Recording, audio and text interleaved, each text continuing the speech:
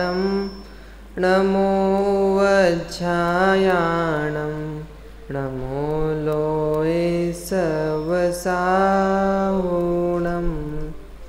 मङ्गलं भगवान् वीरो मङ्गलं गौतमो गणी मङ्गलं कुन्दकुन्दाद्यो जैनधर्मोऽस्तु मङ्गलम् सर्वमङ्गलमाङ्गल्यं सर्वकल्याणकारकं प्रधानं सर्वधर्माणां जैनं जयतु शासनं जैनं जयतु शासनं जैनं जयतु शासनं जीवमजीवं दौवं जिनवरवसहेन जेन निर्दिष्टं देविन्दविन्दवन्दं वन्दे तं सर्वदा शिरसा प्रणम्य परमात्मानं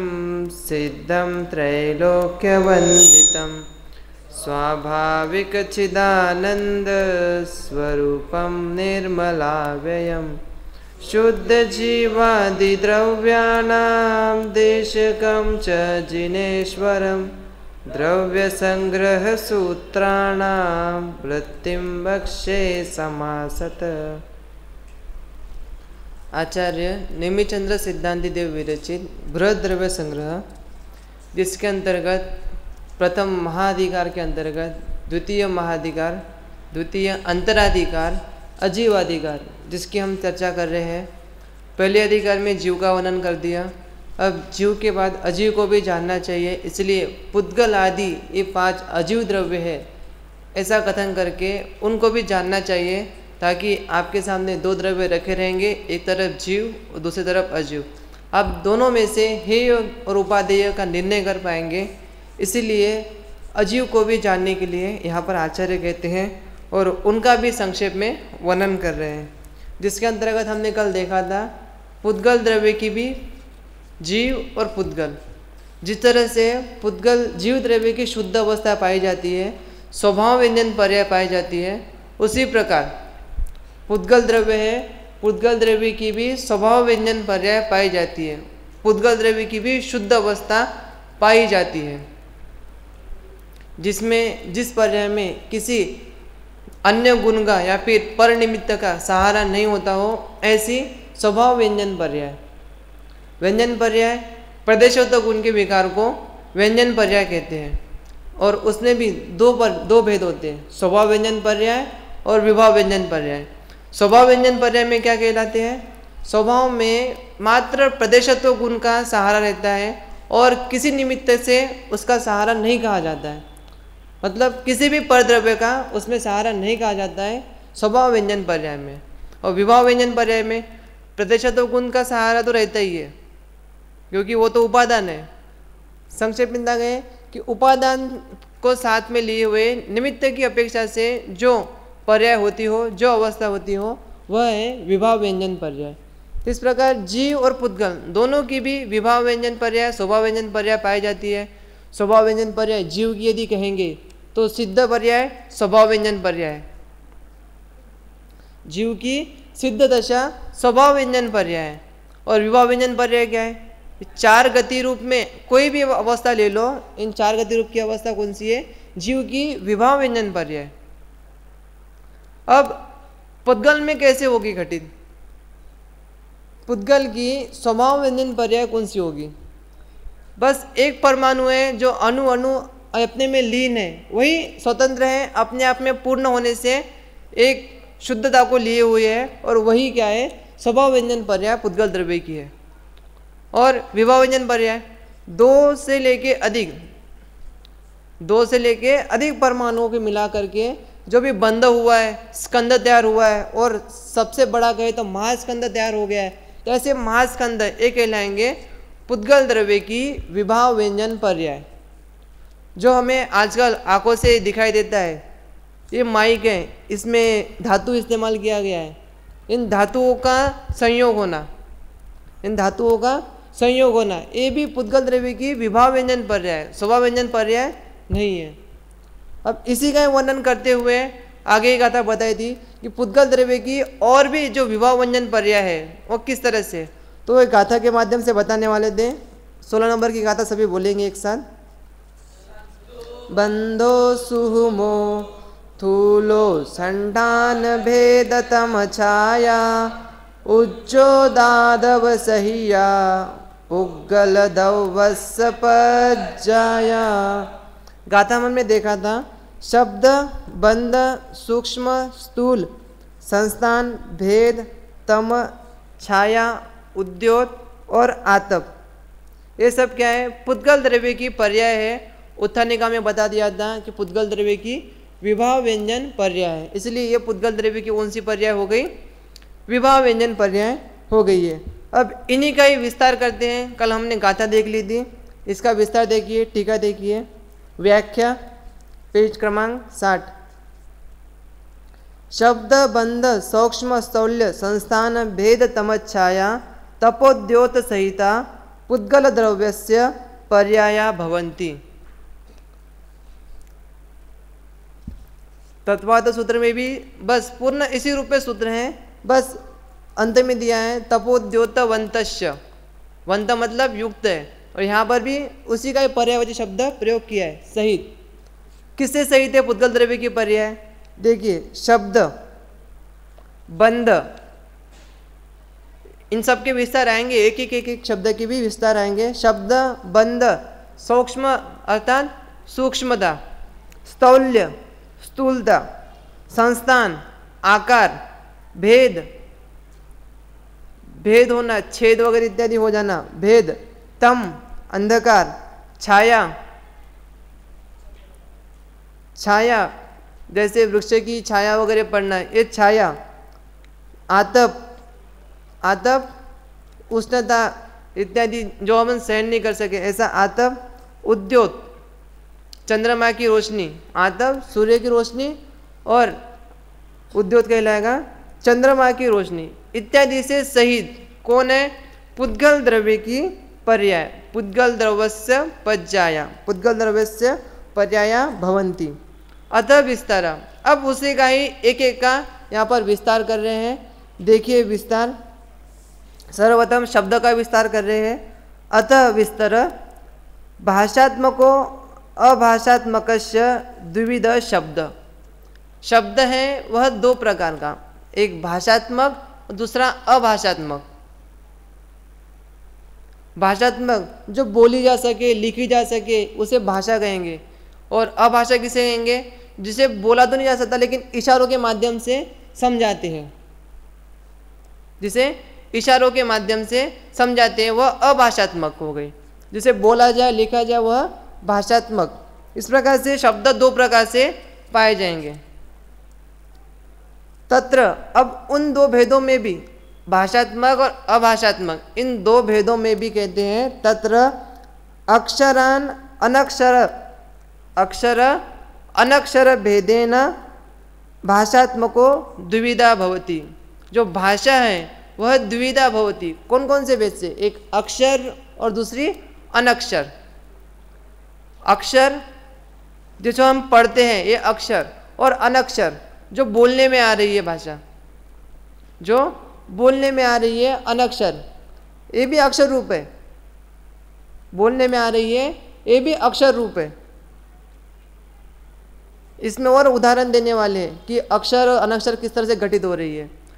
अक्षर जो लिखने में आ रही है, बोलने में आ रही है अक्षर रूप में, और जो द्विंद्रिय से लेके असंगी पंचेंद्रिय तक मानो, या फिर जिनके वचन का है जिनके हैं, वचन बल जिनके हैं और उनकी जो भी भाषा होती है, पंचेंद्रिय की तो भाषा कहलाएगी, शब्दात्मक कहलाएगी, लेकिन पंचेंद्रिय को छोड़ के शेष दो इंद्रिय से लेके चतुरेंद्रिय तक के जीवों की कौन सी भाषा कहलाएगी, अनक्षरात्मक। और इसमें केवल ज्ञान की दिव्य ध्वनि भी जोड़ते हैं। जो केवल ज्ञान की दिव्य ध्वनि है वे भी कैसी है, अनक्षरात्मक है। कैसे अनक्षरात्मक है, उनके मुख से तो निकल रही, ओमकार रूप में निकल रही है, लेकिन वह जब तक अपने कानों तक नहीं आती है तब तक वह अनक्षरात्मक। कान के पास आते ही उसके परमाणु अक्षर रूप परिवर्तित हो जाते हैं और वह अक्षरात्मक हो जाती है। कथनचित अक्षरात्मक, कथनचित अनक्षरात्मक द्विध्वनि कही जाती है। देखिए अब यहाँ से अपन विस्तार देखते हैं। अक्षर और अनक्षर भेद से यह भाषा दो प्रकार की है। देखिए अक्षर कौन से, अब तत्र अपि, वहाँ पर भी अक्षरात्मक, जो अक्षरात्मक भाषा है, संस्कृत, प्राकृत, अपभ्रंश, पैशाची कादि भाषा इत्यादि भाषा कौन सी उस समय उनके सामने जो चलती होगी, इसलिए वही भाषा उन्होंने उदाहरण के रूप में रख दी। आजकल तो बहुत सारी भाषा कहते हैं, भारत में ही 200 से अधिक भाषाएं चलती है। तीर्थंकर की द्विध्वनि 18 महाभाषा 700 लघु भाषाओं में खिंचती है। भाषाएं उस समय आचार्य के समक्ष यही प्रचलित भाषा होगी, इसलिए उन्हीं का यहाँ पर उदाहरण दे दिया है। संस्कृत, प्राकृत, अपभ्रंश, पैशाची आदि भाषा भेदेन आर्यम्लेच्छ मनुष्यादि व्यवहार हेतुर बहुधा इत्यादि तो नाम बता दिए हैं, लेकिन और अधिक आपको भेद करने हैं तो आर्य और म्लेच्छ दो प्रकार के मनुष्य होते हैं। उनके व्यवहार के योग्य आर्य के संबंध में जो संबंध होंगे, उनमें जो व्यवहार होगा, उनके संबंध में जो भाषाएं बनती होगी वो भाषाएं। म्लेच्छों में आपस में जो भाषाएं बनती होगी, जो संबंध से व्यवहार तैयार हो रहा है, उस व्यवहार से जो भाषा बन रही है, वे सब क्या कहलाएगी, म्लेच्छ भाषा। इस प्रकार से आर्य और म्लेच्छ के जैसे व्यवहार होंगे, उस व्यवहार के अनुसार बनी गई भाषाएं बहुत सारे प्रकार की हैं। यहाँ भारत में देख लीजिए, जितने राज्य हैं उतने राज्यों के हिसाब से बहुत सारी भाषा है, कि प्रत्येक राज्य के हिसाब से अपनी अपनी भाषा भी प्रसिद्ध है। ऐसे ही प्रत्येक राज्य के अंतर्गत भी 3 कोस पर वाणी बदले 4 कोस पर पानी, ऐसी कहावत भी आती है कि पानी बदलती है, पानी के साथ साथ वाणी भी बदलती है, मतलब भाषा बदल रही है। इस प्रकार से जैसा जैसा आर्य और म्लेच्छों का व्यवहार होता जाएगा, बदलता जाएगा, उसके अनुसार उनकी भाषा भी बदल जाएगी। तो ऐसे बदलने वाली भाषा भी बहुधा मतलब अनेक प्रकार से है। व्यवहार के हेतु के लिए, व्यवहार के लिए जो भाषाएं बन रही है, वे सब क्या है, आजकल बिजनेस वगैरह में देखते हैं इंग्लिश मिश्रित हिंदी बोलते हैं। व्यवहार हेतु के लिए, व्यवहार जैसा बने उसके अनुकूल भाषा बनाए, ऐसे भाषाएं बहुत प्रकार से हैं। व्यवहार हेतु बहुधा, इस प्रकार से भाषा तो बहुत प्रकार से हैं। और आगे देखिए, अनक्षरात्मक कस्तु द्विइंद्रियादि तिर्यक जीवेशु सर्वज्ञ दिव्य ध्वनौ च, सर्वज्ञ की दिव्य ध्वनि और 2 इंद्रिय से लेके चतुरेंद्रिय तक, 2 इंद्रिय से लेके चतुरेंद्रिय तक जितने भी जीव हैं, उन जीवों की भी कौन सी भाषा है, अनक्षरात्मक भाषा है, जिनके भाषा के कोई अक्षर नहीं है। आगे अभाषात्मको अपि, ये तो भाषा के 2 भेद हो गए, अक्षर और अनक्षर। अब अभाषा है, जिनकी कोई भाषा नहीं है, ऐसे अभाषात्मको अपि प्रायोगिक वैश्रेषिक भेदेन द्विविध, ये जो भाषा कहलाती है वो भी 2 प्रकार से, प्रायोगिक और वैश्रेषिक। प्रायोगिक किसी के द्वारा उत्पन्न, और वैश्रेषिक स्वाभाविक रूप से उत्पन्न। एक संक्षेप में बता देना चाहता हूँ, ये पुद्गल की पर्याय है। कभी कभी ऐसे लगता है शब्द है, शब्द पुद्गल की पर्याय कैसे हो गई।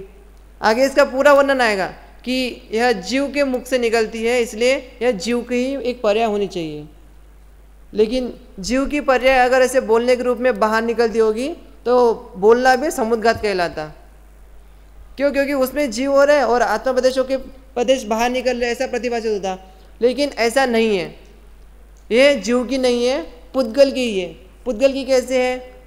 तो 2 स्कंदों के टकराने से जो ध्वनि उत्पन्न होती है वही भाषा और अभाषात्मक रूप से होती है।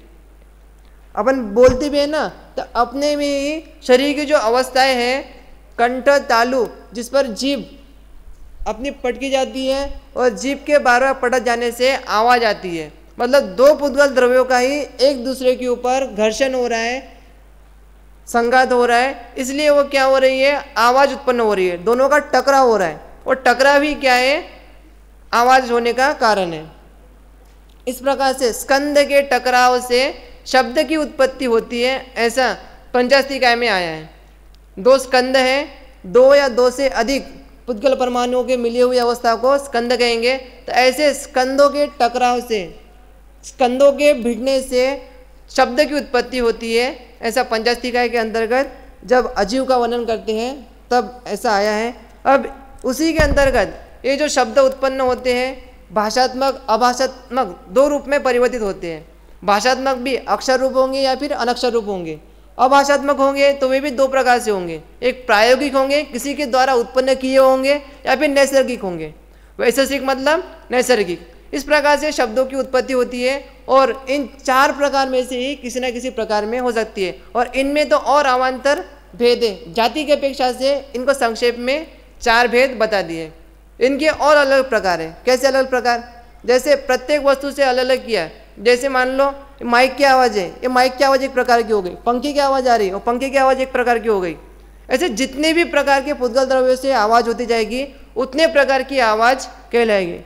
लेकिन इस तरह से बहुत वर्णन हो जाएगा, हम भाषा का स्वरूप समझ नहीं पाएंगे, इसलिए संक्षेप में 4 प्रकार बना दिए। पहला भाषात्मक अभाषात्मक, और भाषात्मक में भी जो जीव के व्यवहार रूप भाषा है, एक इंद्रिय से लेके, एक इंद्रिय में तो इंद्रिय होता ही नहीं है, 2 इंद्रिय से लेके 5 इंद्रिय तक जितने भी जीव हैं उन जीवों के व्यवहार रूप जो भाषा है वह भाषात्मक, वो अक्षर और अनक्षर रूप 2 प्रकार से। और अभाषात्मक प्रायोगिक, उसमें किसी प्रकार का व्यवहार वगैरह काम में नहीं आएगा, इस तरह से वो अभाषात्मक उसे नाम दे दिया। देखिए अब अभाषात्मक 2 प्रकार से कैसे है।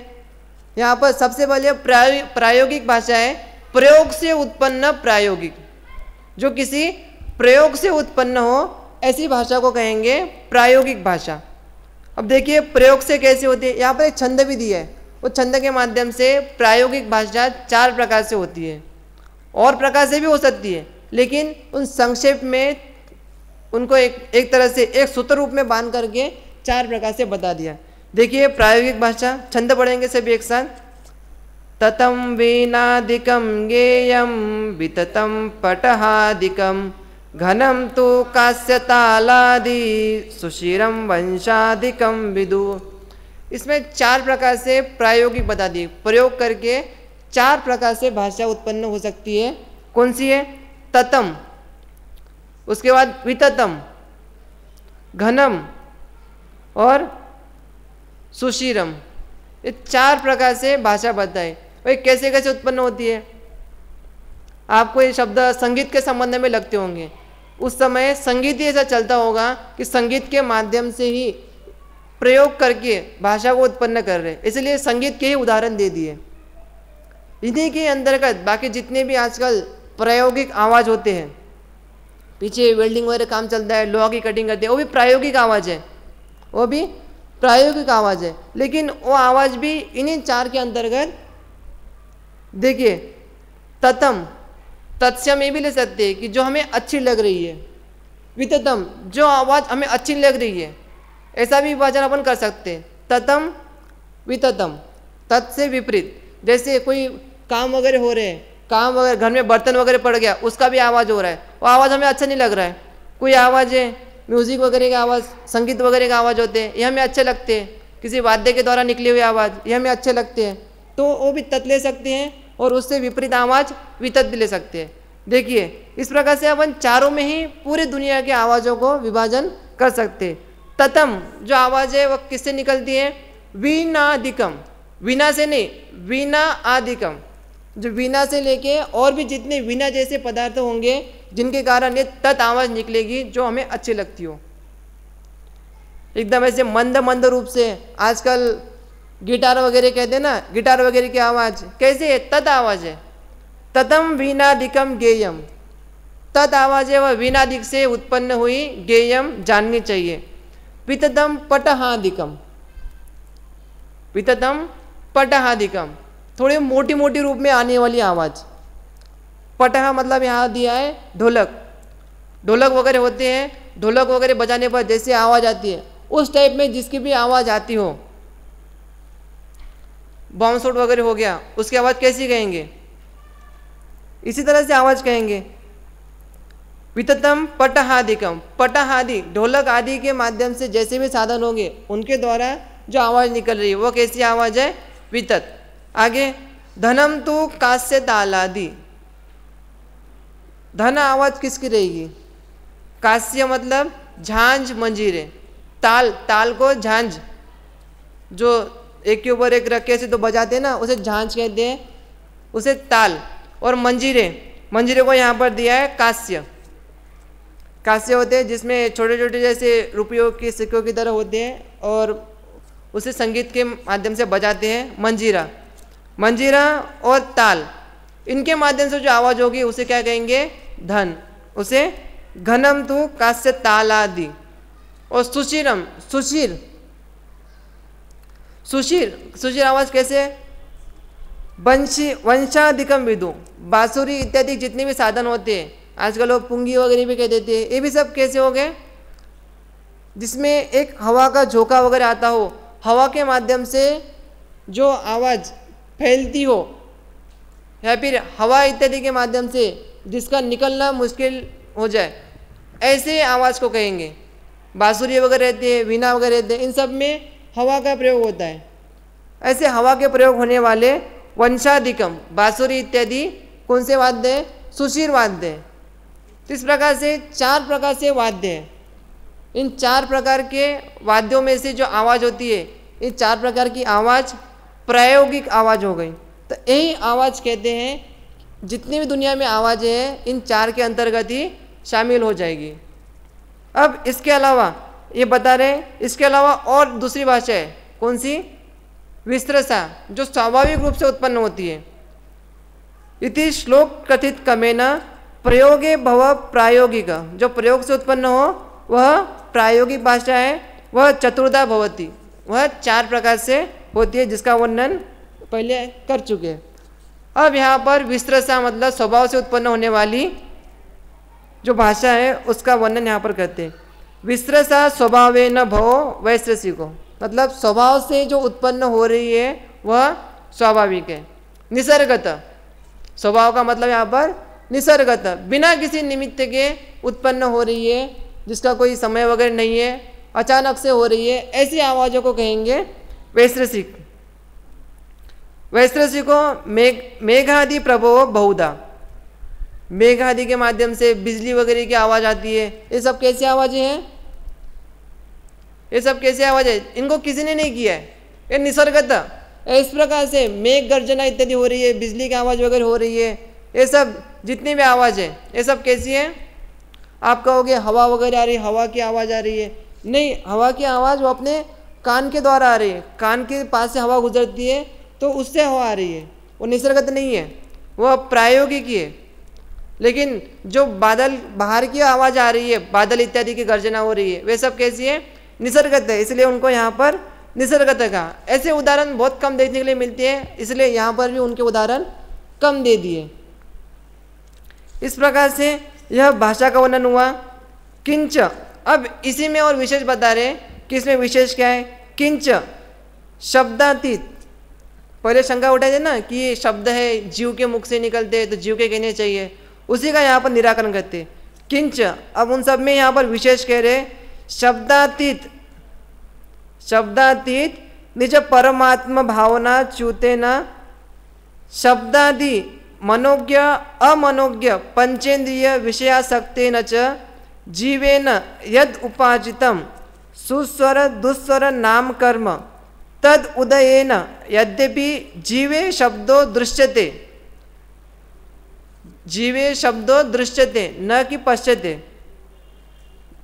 जीवे शब्दो दृश्यते, जीवे शब्दो दृश्यते तथापि स जीव संयोगेन उत्पन्नत्वाद, जीव के संयोग से उत्पन्न हो रहा है इसलिए जीव संयोगेन उत्पन्नत्वाद व्यवहारेण जीव शब्दो भन्यते, जीव के संयोग से वह शब्द उत्पन्न हुआ है इसलिए व्यवहार से उसे जीव का कहा जाता है। जो शब्द है वह जीव के संयोग से उत्पन्न हुआ है, जीव संयोगेन जीव संयोग से उत्पन्न होने के कारण उसको व्यवहार से जीव का कह देते हैं। कौन सा व्यवहार नहीं लगेगा यहाँ पर? शब्द का उच्चारण जीव का कहा जा रहा है, कौन सा नहीं लगेगा? व्यवहार में कौन सा लगेगा? असद्भुत, अनुपचरित।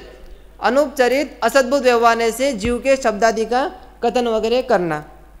देखिए वो शब्द क्यों जीव के साथ इसका संबंध जोड़ रहे? शब्दातीत निज परमात्मा। आत्मा कैसा है?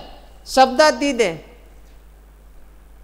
शब्दातीत है, शब्द से रहित है। निज परमात्मा भावना च्युते न, लेकिन ऐसे शब्दातीत परमात्मा की भावना से जो च्युत हो गया, जो उससे रहित हो गया, जो उससे भटक गया, शब्द से रहित जो परमात्मा है उसके भावना से जो भटक गया है, उससे वो रहित हो गया है। अब तब क्या हो गया? रहित हो गया तब शब्दादि मनोज्ञ अमनोज्ञ। शब्दादि किसके होते हैं? संगी असंगी के होते हैं, मनोज्ञ और अमनोज्ञ। संगी असंगी, मनोज्ञ संगी, अमनोज्ञ असंगी। पंचेंद्रिय विषयासक्ति न, 5 इंद्रियों में विषयासक्त हो रहा है, विषयों में लीन हो रहा है। आत्मा से वंचित होकर के 5 इंद्रियों के विषयों में विषयासक्ति न लीन हो रहा है। च जीवे न, तब जीव के द्वारा यद उपार्जितम, जो ग्रहण किया जा रहा है, जो ग्रहण किया जा रहा है, कर्म का आश्रय हो रहा है। कौन से कर्म का आश्रय हो रहा है? यहाँ पर बता रहे शब्दों को, शब्द रहित स्वभाव भूलने के कारण वह शब्द नामकरण को भूल रहा है, शब्द नामकरण का आश्रय कर रहा है। कौन सा आश्रय कर रहा है? तो सुस्वर और दुस्वर, सुस्वर और दुस्वर नाम कर्म का बंध कर रहा है, उसका उपार्जन कर रहा है और बंध किया। और जब वह उदय में आता है तब, जब वह उदय में आता है तब तद उदय, यद्यपि जब उदय में आता है तब जीवे शब्दों दृश्यते, जीव के द्वारा यह शब्द उच्चारण किया गया है, यह दिख रहा है। जीव के द्वारा शब्द उच्चारण किया गया है, यह दिख रहा है।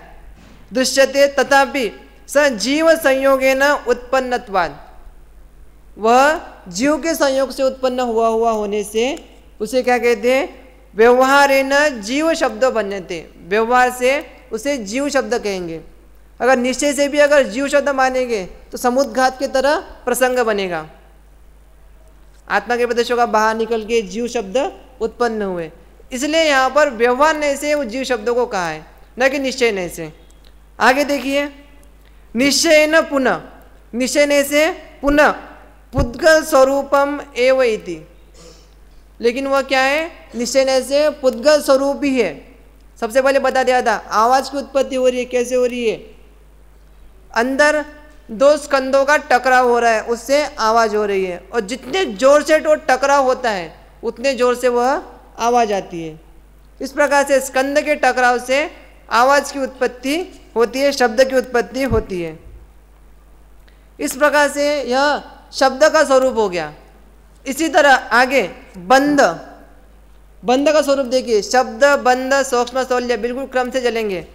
बंध कथ्यते मृत पिंडादि रूपेण यो असौ बहुधा बंध स केवल पुद्गल बंध। मृत पिंड का मतलब यहाँ पर घड़ा, मिट्टी के जो घड़े इत्यादि बनते हैं, या फिर पुद्गल के जो बंध होते हैं जो हमें आंखों से दिखाई दे रहे हैं, ये सब मृत पिंडिका आदि के माध्यम से कहना चाह रहे हैं, जो हमें आंखों से दिखाई देते हैं। ऐसे मृत पिंडादि रूपेण, आदि रूपेण जो हमें रूपी दिखाई दे रहे हैं, ये जितने भी बंध हैं, यो असो बहुधा, ये जितने भी बहुधा अनेक प्रकार के जो बंध हमें दिखाई दे रहे हैं आंखों से, ये सब बंध कैसे? स केवल, वे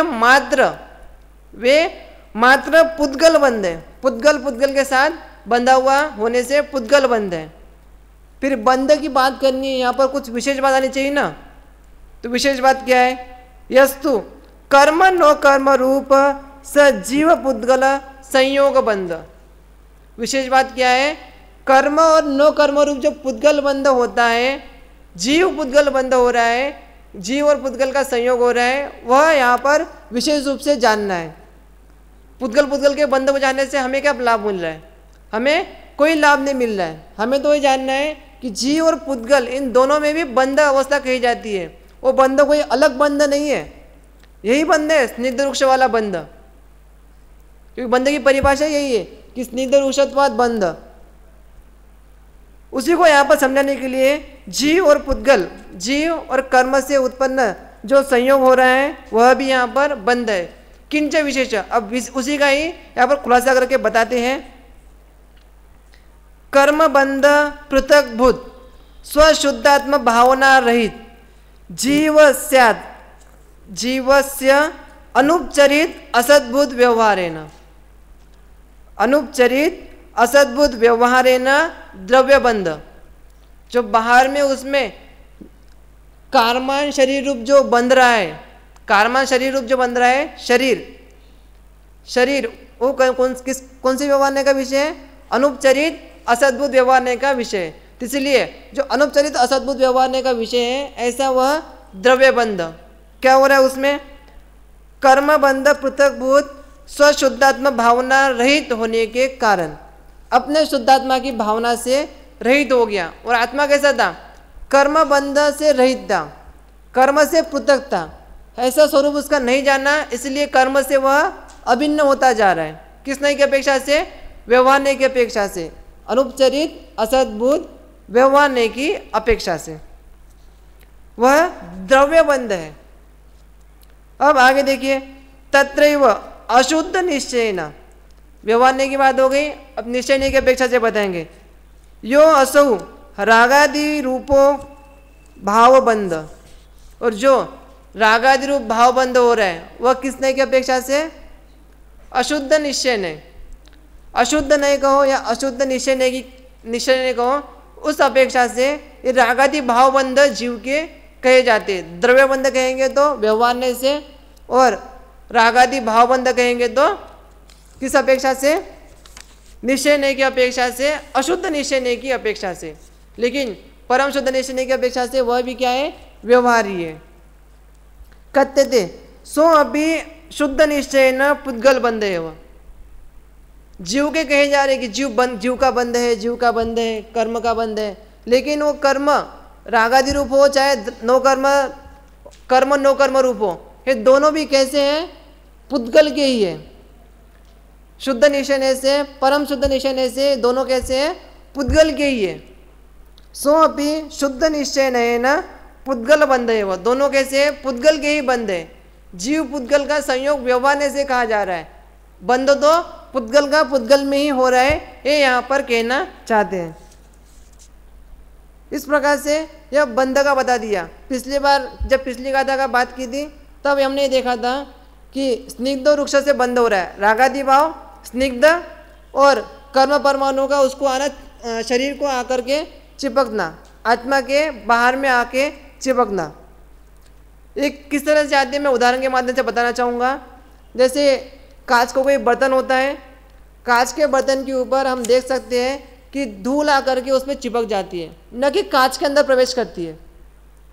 कांच के अंदर प्रवेश नहीं करती है, धूल आकर के चिपक जाती है। बस उसी तरह आत्मा है, आत्मा अपने ही गुणों से, अनंत गुणों से लबालब भरा हुआ है।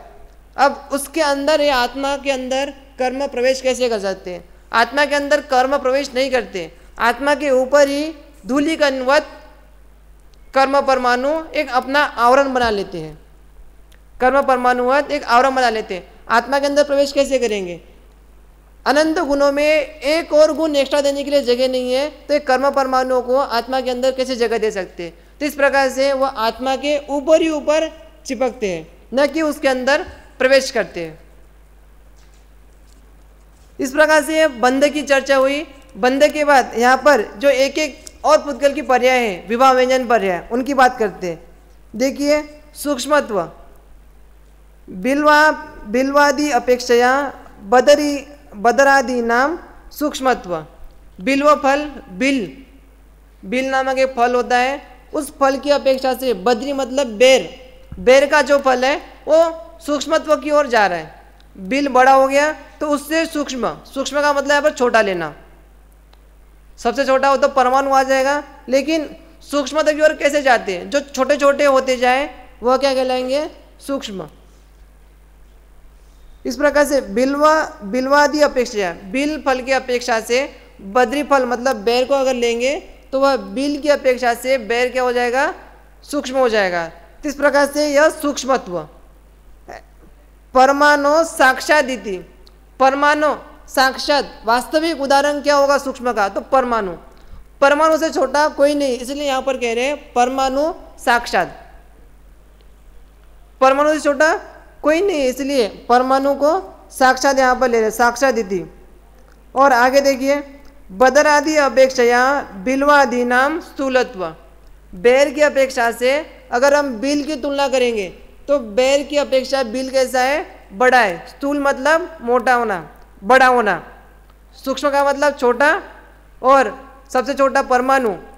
इस तरह से परमाणु साक्षात छोटा है, और उससे अगर किसी अपेक्षा से छोटा छोटा कहेंगे तो वह बेर की अपेक्षा से, जो बिल की अपेक्षा से बेर छोटा हो गया।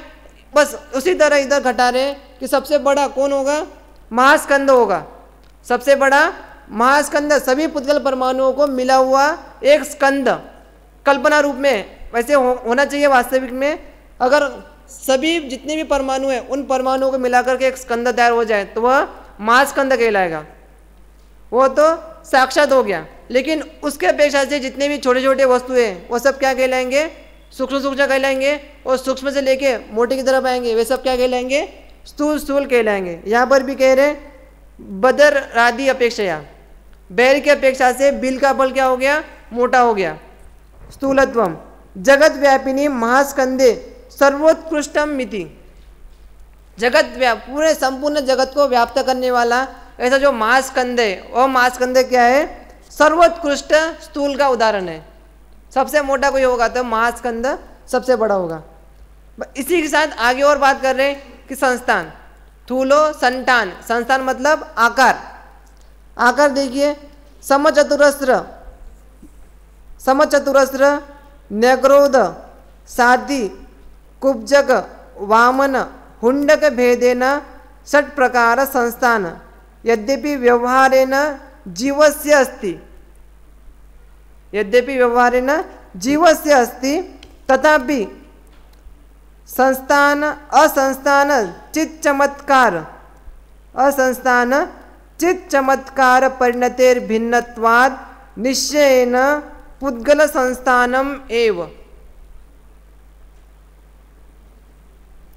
यहाँ पर कह रहे हैं जो संस्थान रूप जो आकार है वह आकार व्यवहार नहीं की अपेक्षा से जीव के कहे जाते हैं, और जीव के कहे जाते हैं इसलिए जीव का उदाहरण यहाँ पर दे दिया। कितने प्रकार का, 6 प्रकार का संस्थान, जो नाम कर्मोदय से यहाँ पर 6 प्रकार का आकार होता है जीव का, वो आकार यहाँ पर बता दिया। समचतुरस्र आकार, समचतुरस्र आकार ऊपर नीचे मध्य में बराबर समान आकार होना, ज़्यादा मोटा नहीं ज़्यादा पतला नहीं, इस तरह से समान रूप में होना, समचतुरस्र। इस तरह से वह समचतुरस्र संस्थान कहा जाता है। न्यग्रोध, न्यग्रोध से मतलब नाभि, न्यग्रोध मतलब नाभि, नाभि से लेके अध, नाभि से लेके न्यग्रो अध, नाभि से अध का भाग कैसा होता जाएगा, छोटा छोटा होता जाएगा, और उसके ऊपर का भाग बड़ा रहेगा, बड़ के वृक्ष के समान। न्यग्रोध का मतलब बड़ भी कह देते हैं, न्यग्रोध से मतलब नाभि भी ले सकते हैं, नाभित अध, नाभित अध जिसका भाग छोटा छोटा होता जाए वह न्यग्रोध। न्यग्रोध का मतलब बड़ भी होता है, मतलब ऊपर मोटा रहेगा नाभि तक, नीचे पतला पतला होता जाएगा। ऐसा आकार जिसका होगा वह आकार कहलाएगा न्यग्रोध संस्थान। न्यग्रोध परिमंडल पूरा नाम मिलता है, न्यग्रोध परिमंडल। उसके बाद साथी, साथी नहीं है स्वाति नाम है यहाँ पर, स्वाति, स्वाति नक्षत्रम कहो, स्वाति नक्षत्र का जैसा आकार होता है उस आकार की तरह मानो। या फिर सांप, सांप जब अपना आसन लगा के बैठता है, फना निकाल के बैठता है, तब ऊपर तो पतला रहता है, और नीचे जहाँ उसने अपना आसन लगाया वो सब मोटा होता जाता है। मतलब ऊपर पतला और नीचे मोटा, ऊपर पतला नीचे मोटा, ऐसा जिसका आकार हो वह कौन सा आकार है, स्वाति संस्थान। इसके बाद स्वाति के बाद कुब्जक, स्वाति के बाद कुब्जक, जिसका कुबड़ा निकला हुआ हो, जिसका कुबड़ा निकला हुआ हो, जो झुक के चलता है, जो सीधा बिल्कुल खड़ा नहीं हो पाता है, जो बिल्कुल सीधे खड़ा नहीं हो पाता है, वह कैसा है? कुब्जक संस्थान। इसके बाद कुब्जक के बाद वामन, वामन कहलाता है बोना, जो छोटा हो, जो सबसे छोटी अवगाहना वाला हो, उसे कहेंगे वामन। इस प्रकार से वामन संस्थान वाला यहाँ पर आकार कह रहे हैं। इसके बाद आगे देखिए, वामन के बाद हुंडक। हुंडक मतलब यहाँ पर हुंडावसर्पिणी काल भी ले लो, हुंडावसर्पिणी काल से यहाँ पर हुंडक का मतलब ले लो, हुंडक अवसर्पिणी, मतलब यहाँ पर जैसा अवसर्पिणी काल होना चाहिए वैसा नहीं हो रहा है। ऐसे ही शरीर का आकार जैसा होना चाहिए ऐसा नहीं हो रहा है, चित्र विचित्र रूप में उसका आकार का होना, यह क्या है? हुंडक संस्थान। हुंडक संस्थान, जैसा हुंडावसर्पिणी काल का विभाजन करते हैं हुंडावसर्पिणी का, कि जैसा काल का होना चाहिए ऐसे काल का नहीं होना, ऐसे ही शरीर का जैसा आकार होना चाहिए ऐसा आकार न होकर के चित्र विचित्र रूप में आकार होना, भयानक आकार होगा, ऐसे शब्द आते हैं, भयानक आकार का होना, ऐसे भयावह आकार जो भी हो उसे क्या कहेंगे? हुंडक संस्थान। इस प्रकार से यह शरीर के संबंध में जो आकार है, जो शरीर के संबंध में आकार है, यह पुद्गल द्रव्य की होते हैं, ये यहाँ पर कहना चाह रहे। प्रकार षट भेदेन षट प्रकार संस्थान, यद्यपि ये जितने भी भेद है संस्थान के, व्यवहार नयन जीवस्य अस्ति, व्यवहार नय से जीव के कहे जा रहे हैं, तथापि असंस्थान संस्थान चित चमत्कार, संस्थान चित चमत्कार, चैतन्य चमत्कार से जो परिणत है, असंस्थान यथा तथापि असंस्थान मतलब आकार रहित, चित चमत्कार चैतन्य का चमत्कार, चित चमत्कार चैतन्य का चमत्कार रूप से जो परिणमित है, ऐसा कौन? आत्मा, लेकिन ऐसे आत्मा से भिन्न, भिन्नत्वात्, ऐसे आत्मा से यह आकार भिन्न होने से, भिन्नत्वात् निश्चयेन पुद्गल संस्थान एवं, ये जो आकार है चैतन्य चमत्कार से जो परिणत आत्मा हो रहा है, वो आत्मा कैसा है? अनिर्दिष्ट संस्थान है, मतलब आकार से रहित है। और ऐसे आकार से रहित होने के कारण ये जितने भी आकार यहाँ पर बता रहे हैं, ये सब आकार किसके हैं? पुद्गल संस्थान है, वो पुद्गल के ही आकार है, जीव के नहीं। यद्यपि जीवाद अन्यत्र, अब यहाँ पर कह रहे हैं जीव के संबंध से जो 6 आकार बताए, ये तो आकार होते ही है, लेकिन इसके अलावा और भी आकार होते हैं। कौन से? यद्यपि जीवाद अन्यत्र, जीव से अन्यत्र, कौन कौन से? वृत्त, त्रिकोण, चतुष्कोण।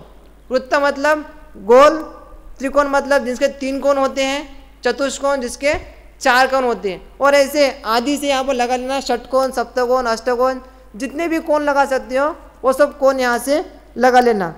चतुष्कोणादि व्यक्ताव्यक्त रूपम, व्यक्त हो रहे और अव्यक्त रूप में भी होते हैं।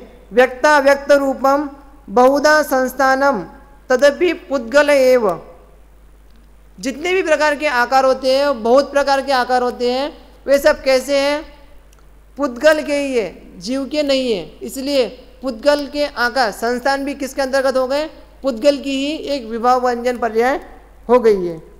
और देखिए एकदम और बहुत प्रकार के हो सकते हैं। कितने हो सकते हैं? देखिए गोधूमादि चूर्ण रूपेण, गोधूम मतलब गेहूँ, गेहूँ के चूर्ण, गेहूँ इत्यादि का चूर्ण, या फिर चूर्ण से लेकर के और जितने जितने बड़े हमें आकार मिलते हैं, है ना, वो सब आकार गोधूमादि चूर्ण रूपेण, घृतखंडादि रूपेण, घृत घी, खंड शक्कर, घृतखंडादि रूपेण बहुधा भेदो ज्ञातव्य। इस प्रकार से चूर्ण रूप से कहो। इसके पुद्गल के और भी प्रकार आते हैं। पुद्गल के आकार है ये त्रिकोण वगैरह, ये तो गणितीय आकार कहे जाते हैं। एक और है उपमा आकार, है ना, एक गणितीय आकार हो गए। एक उपमा दे करके करते हैं ना, तो वो भी आकार का वर्णन आता है। इस तरह से गोधूमादि चूर्ण रूप से, घृतखंडादि रूपेण, घृत इत्यादि है वे कैसे खंड, चूर्ण खंड इत्यादि से और 6 आकार इसके पड़ते हैं। रूपेण बहुधा भेदो ज्ञातव्य, इसके और भी भेद होते हैं, वे वहां से जानने चाहिए। एक और देख लेते हैं, छाया और तम दोनों देख लेते हैं।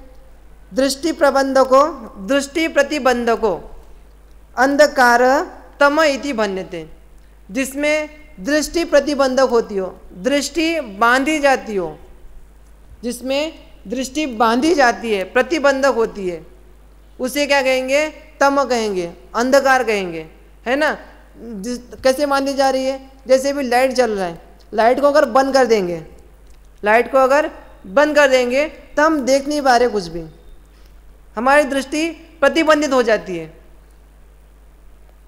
हमारी दृष्टि प्रतिबंधित हो जाती है। तो ये भी अंधकार का होना, यह भी पुद्गल की अवस्था है, और उजाला का होना यह भी पुद्गल की अवस्था है। कैसे, तो यहाँ हवा में जो पुद्गल परमाणु है, प्रकाश रूप जो पुद्गल परमाणु है, यही जब अंधकार होने पर, लाइट के बुझने पर, दीपक के बुझने पर, वही परमाणु अंधकार रूप परिणमन करते हैं। वही परमाणु, प्रकाश रूप जो परमाणु होते हैं, वही परमाणु अंधकार रूप परिणमन करते हैं। इस तरह से वह परिणमन भी पुद्गल परमाणु का ही हो रहा है। इस तरह से प्रकाश का हो या अंधकार का हो, ये भी किसकी पर्याय है, पुद्गल की ही पर्याय है। अंधकार तम इति भन्यते, वह अंधकार कहलाता है और वह भी पुद्गल की पर्याय है। वृक्षादि आश्रय रूपा, मनुष्यादि प्रतिबिंब रूपा च छाया विज्ञा, छाया, छाया किसे कहते हैं, इंग्लिश में शैडो कहते हैं। शैडो किसे कहते हैं, कोई नाम वगैरह लिखते हैं ना, तो नाम के पीछे एक बिना नाम वाला उसकी छाया दिखाते हैं, है ना, तो वो क्या है, शैडो, है ना। तो इस तरह से यही यहाँ पर कहना चाह रहे हैं, वो दो अनेक प्रकार से हो सकती है। वृक्षादि की छाया, वृक्षादि की आश्रय रूप छाया कह रहे, और मनुष्य की भी जो उसके पीछे जो प्रतिबिंब बढ़ रहा है, चाहे पानी वाला हो, आईने वाला हो, प्रतिबिंब आईने वाला हो चाहे पानी वाला हो, या जो पीछे अंधकार रूप में वो पड़ने वाली वो छाया, ये सब छाया के ही प्रकार है, प्रतिबिंब के ही प्रकार है। जिसमें प्रतिबिंब पड़ते हो, ऐसे वह प्रतिबिंब, ऐसा यह प्रतिबिंब, वह भी क्या कहलाएंगे, पुद्गल की ही पर्याय कहलाएगी। वृक्षादि आश्रय रूपा, मनुष्यादि, वृक्षादि के आश्रय से जो उत्पन्न हो रही है, मनुष्यादि का प्रतिबिंब, मनुष्यादि का प्रतिबिंब किसमें पड़ता है, प्रतिबिंब एक तो पानी में पड़ेगा और एक आईने में। आजकल कैमरे वगैरह में जो प्रतिबिंब पड़ता है वह भी क्या है, पुद्गल की ही पर्याय। जब तक प्रतिबिंब टीवी वगैरह में दिख रहा है, टीवी वगैरह में प्रतिबिंब दिख रहा है, ये तो और इसमें और पुद्गल द्रव्यों की और पर्याय, जो व्यंजन पर्याय है, ये और मिलती जा रही है।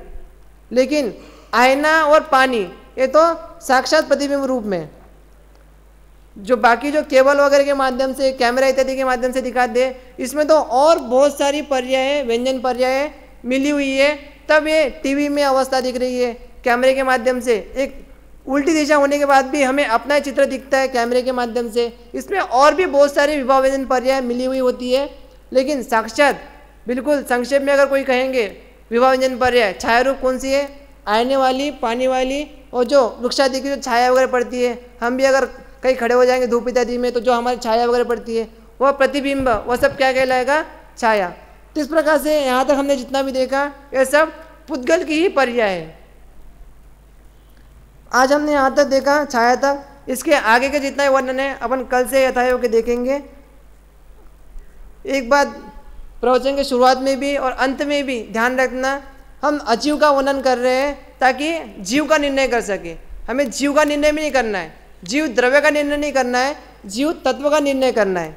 जीव तत्व कौन है, जिसमें ज्ञान दर्शन पाया जाए वो तो जीव द्रव्य हो गया, लेकिन जिसमें मेरा ज्ञान दर्शन पाया जाए उसे जीव तत्व कहते हैं, उसे जीव तत्व कहते हैं। ऐसे ही जीव तत्व के वर्णन अगले अधिकार में आने वाला है। इसी प्रकार हम सभी जीव द्रव्यों का पहचान करके उसमें से जीव तत्व को पहचाने और उसी का आश्रय लेकर उसी को ही पूर्ण रूप से प्राप्त करें और सिद्ध रूपी वास्तविक अवस्था ही सभी प्राप्त करें। इसी मंगल भावना के साथ आज की बात पूर्ण करते हैं।